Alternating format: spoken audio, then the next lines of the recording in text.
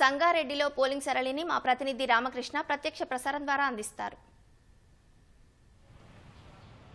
ఉమ్మడి మెదక్ జిల్లా వ్యాప్తంగా ప్రశాంత వాతావరణంలో అయితే ఇప్పటివరకు పోలింగ్ కొనసాగుతుంది. అలాగే పల్లె వాతావరణంలో తొలి 2 గంటల పాటు కొంత మందకొడిగా పోలింగ్ శాతం అయితే నమోదైన మధ్యాహ్నం 10 గంటల తర్వాత నుంచి కూడా పోలింగ్ శాతం ఎక్కువగానే నమోదైంది. ఇప్పటి వరకు చూసుకున్నట్లయితే అత్యధికంగా జహీరాబాద్, ఉమ్మడి మెదక్లోని జహీరాబాద్ పార్లమెంటు స్థానానికి 50% పోలింగ్ నమోదైంది. మొత్తంగా ఈ పోలింగ్ సరళిని పెంచేందుకు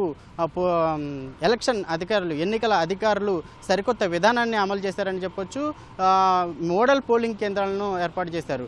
సంగారెడ్డి టౌన్లో ఆదర్శ కేంద్రం పేరుతో మొత్తంగా రంగుల హరివిలులాగా అయితే చేశారు. ఒక పెళ్లికి ఏ విధంగా తయారు చేస్తారో పోలింగ్ కేంద్రాలను అలా ఏర్పాటు చేశారు. సాధారణంగా రోడ్డు వెంబటే ఎవరైనా వెళ్తుంటే వారు ఈ పక్కన పెళ్లి జరుగుతుందా, పోలింగ్ జరుగుతుందా అన్నట్టుగా కూడా ఈ వాతావరణాన్ని అనేది తీసుకొచ్చారు. మొత్తంగా ఈ సంక్రాంతికి ముగ్గులు ఏ విధంగా వేస్తారు అదేవిధంగా పోలింగ్కి సంబంధించి ముగ్గులు కూడా ఏర్పాటు చేశారు.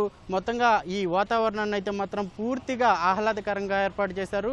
అటు బెలూన్స్ కావచ్చు, అలాగే పూలు కావచ్చు, మొత్తంగా ఇదంతా ఒక పండగ వాతావరణంగా కూడా ఏర్పాటు చేశారు. అదేవిధంగా రాష్ట్రానికి సంబంధించినటువంటి బ్యారేజీలు, అదేవిధంగా కట్టడాల గురించి కూడా ఇక్కడ ఏర్పాటు చేశారు. అదేవిధంగా ఓటు వేసిన తర్వాత తాము ఓటు వేశాను అని చెప్పుకోవడానికి కూడా ఇక్కడ సెల్ఫీ కేంద్రాలను కూడా ఏర్పాటు చేశారు.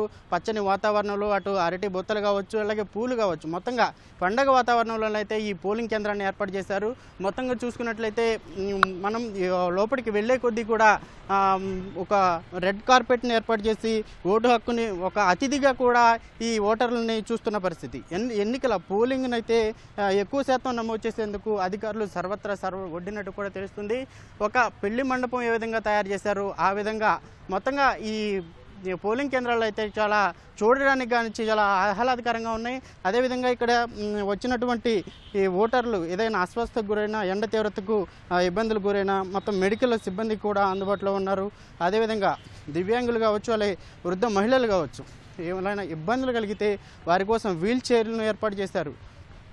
లోపలికి వెళుతున్న కొద్దీ కూడా ఇదంతా ఒక పెళ్లి మండపంలాగానే అని చెప్పుకోవచ్చు. మొత్తంగా ఓటును వినియోగించుకున్న వారైతే ఈ వాతావరణం అంతా చూసి కూడా ఒక పండగ వాతావరణంలాగా అనిపిస్తుంది.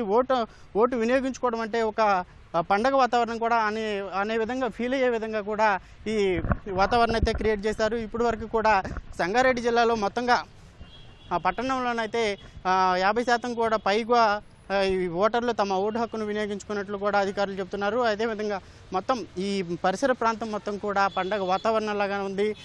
ఓటు వేసేవాళ్ళు కూడా వచ్చి ఓటు వేసే ముందు, వేసిన తర్వాత కూడా సెల్ఫీలు దిగి తమ స్టేటస్లో పెట్టుకుని మరికొంతమందికి కూడా ఆదర్శంగా నిలుస్తున్నారు. మొత్తంగా ఈ ఓటుని ఒక సంక్రాంతి పండగను ఏదో విధంగా కూడా ఈ సరళిని అయితే తీసుకొచ్చారు.